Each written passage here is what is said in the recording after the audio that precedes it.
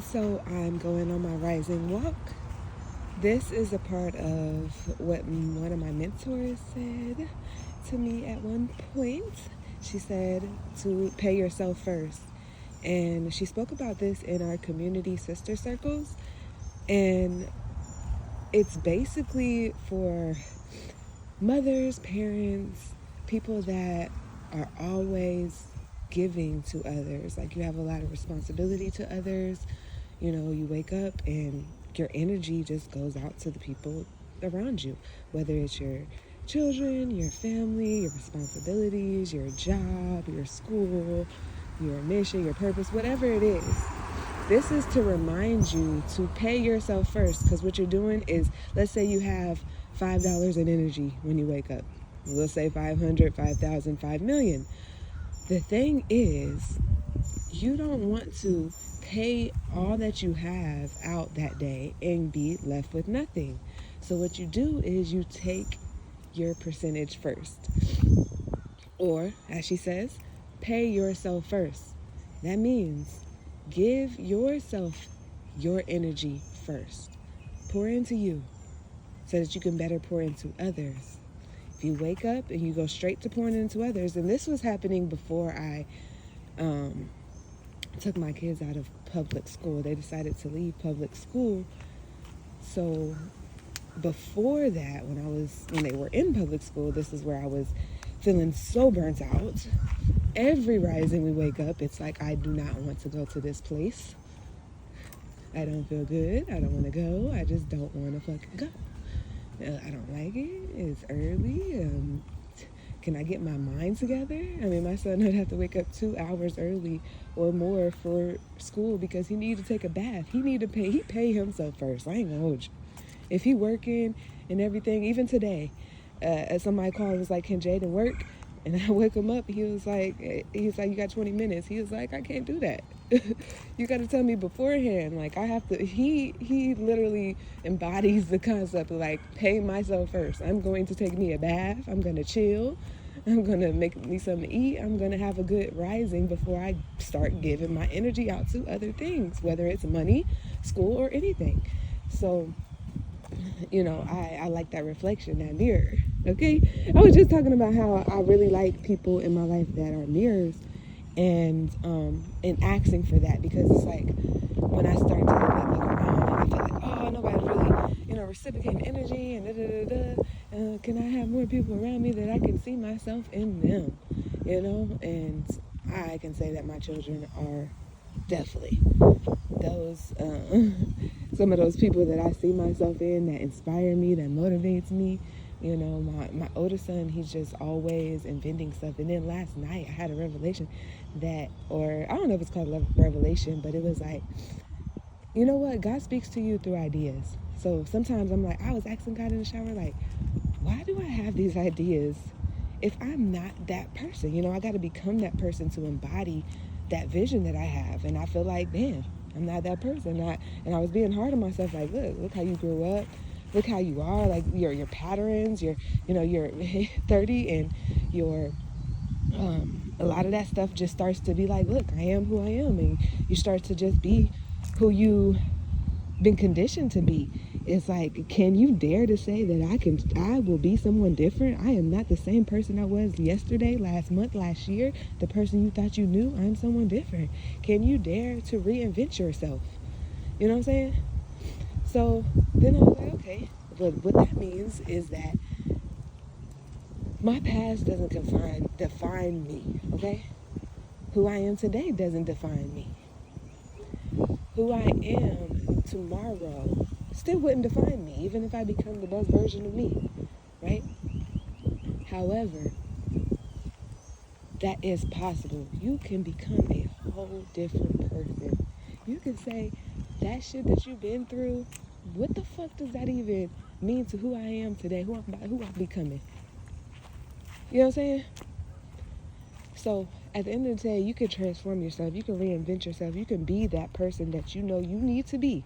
First of all, if you have the idea in your mind, you can see yourself being that type of person, then it's probably possible.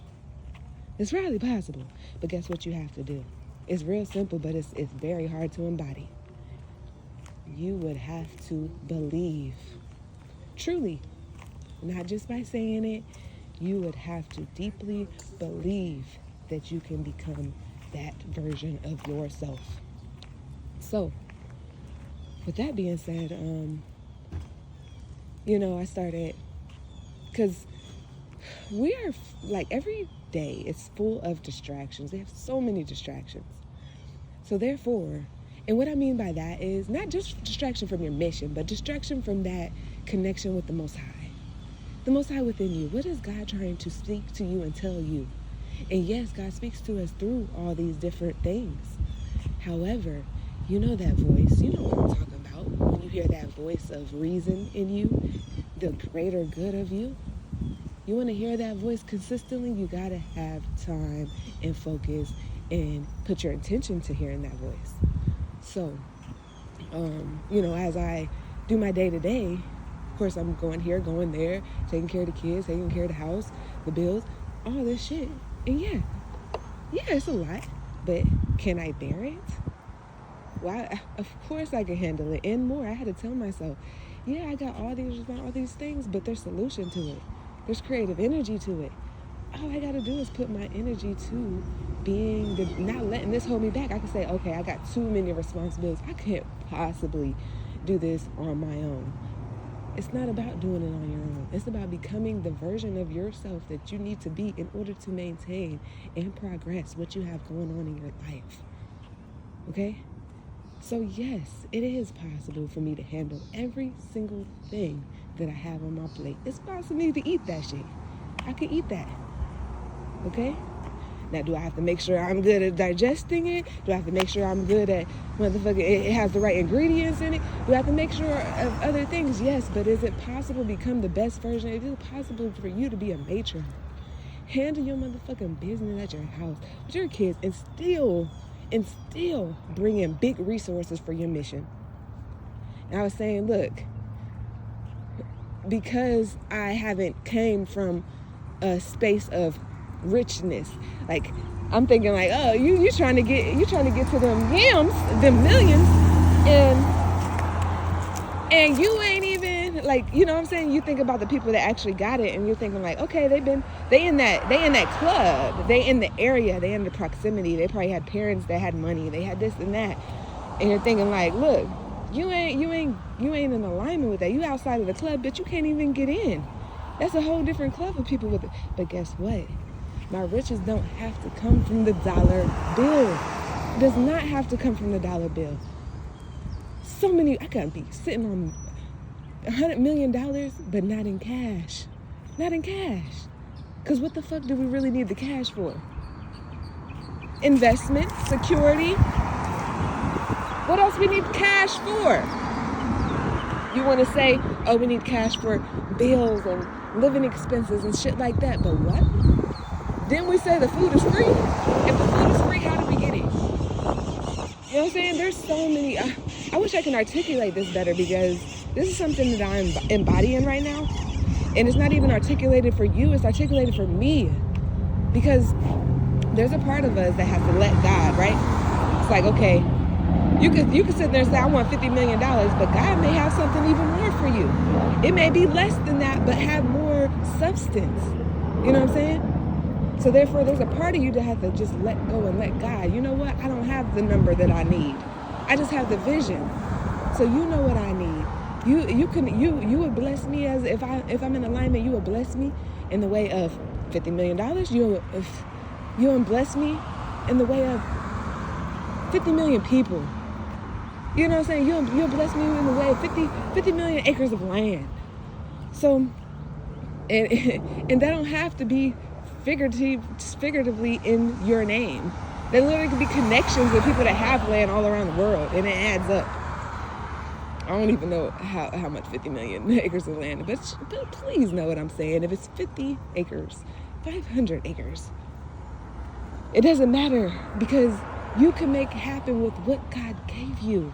And that's one thing that we need to know, is that the things you have right now in your life, you ask for it some way and somehow.